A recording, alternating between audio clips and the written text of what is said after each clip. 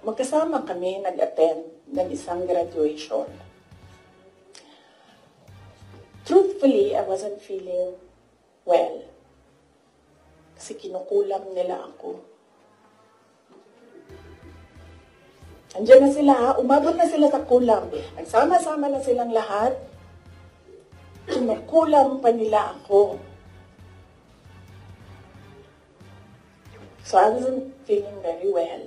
Pero I had to go. Kailangan ko pumunta. Kasi para naman sa graduates yun.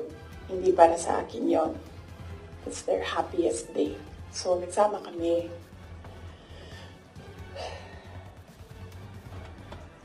Nagsama kami. Katayo kami. Doon. And merong isang graduate na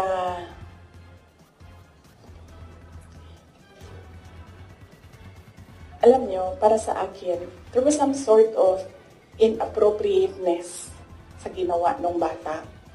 Pero bata ito eh. So ikaw din, meron ka din dapat sana siguro pag-intindi kung saan nanggagaling yung bata.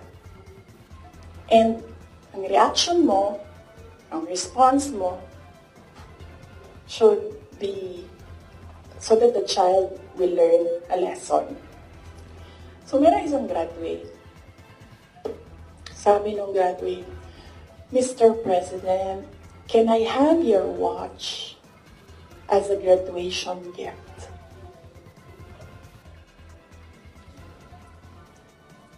And narinig ko, sabi ako, di ba? Narinig nung katabi ko.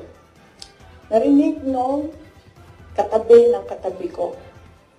But apparently, this guy, di niya alam kung ano isasagot niya.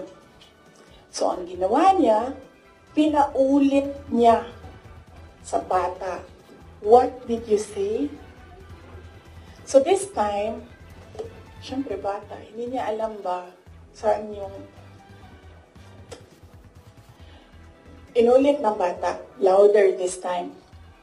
Mr. President, can I have your watch as a graduation gift? Nasagot niya. Why? Why will I give you my watch? At that point, sakit na ako.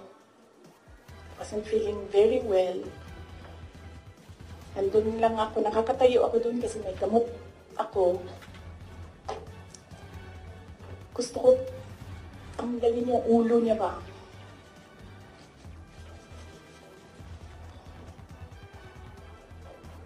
I realized toxic na yung relationship.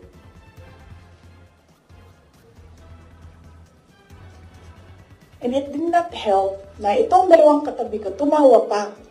Pinagtawanan pa nila yung bata. And I saw the humiliation sa face ng bata. I wanted to help him. Gusto ko sabihin sa kanya, itong relo ko na lang, relo ito ng Vice President, ito relo ng Presidente, pero I hope this will do. And then I realized na baka mas lalong mapahiya yung bata if I do that. So I just imagined myself cutting his hand. Gusto ko, ganun din ang gusto ko gawin daw sa mga katabi ko. So, na-realize ko, toxic na ito.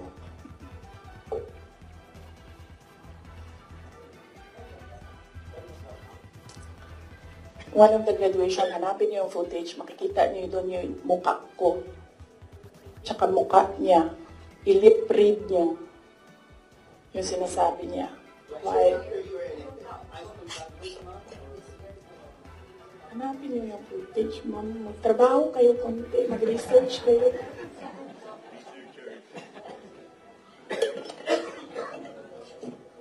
So, gusto ko sabihin sa kanya,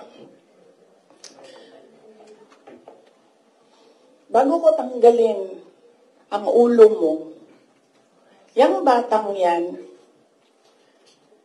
Yan yung magpapakamatay para sa bayan natin. Nag-aral yan ng 4 na taon, naghirap yan ng 4 na taon, walang tulog araw-araw para mag-training kasi mamamatay yan para sa bayan natin. Yan yung batang yan, ang mapuputulan ng daliri diyan sa fiasco ninyo sa West Philippine Sea. And then, I'll cut his head. So doon, na-realize ko, toxic na, di ba? Ganyan na yung imagination mo. Ang imagination mo, sinasakal mo na yung tao. And then I said, this is over. Tapos na. And then, so hindi pa natigil. Doon sa Tamayong, sa barangay Tamayong, sa Davao. Alala niyo? Pinukpuk-puk nila yung mga tao doon. Hinampas, pinukpuk. Doon sa diversion road ng Davao City, tinirgas nila yung mga tao doon. Isang tao lang ang hinahanap mo, ha? Bakit mo pukpukin yung 30? Bakit mo itirgas yung 100? Paano nag-surrender yung tao? Di ba kinausap lang? Kinausap lang siya. Mag-surrender ka. And then he said, okay, I will surrender. So anong purpose na pukpukin nyo? Yung tao na hindi naman niya alam na saan si Pastor Kibuloy, nandun lang siya, nagtatrabaho. Doon siya nakatira. Anong purpose?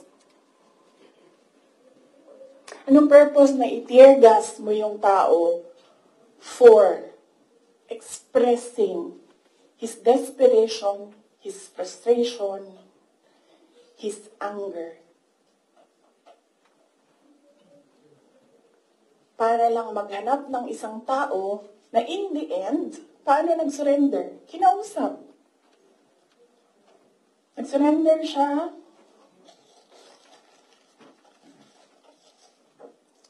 Kinausap siya. Walang napukpok, walang natirgas, walang nasaktan. And then, kailangan nyo talaga ganunin ang mga tao. And then I said,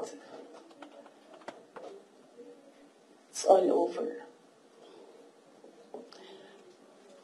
So, umupo ako with the table ko sa DepEd at the time.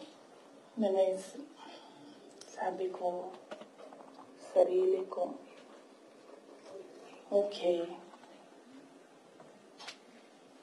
let's go to hell.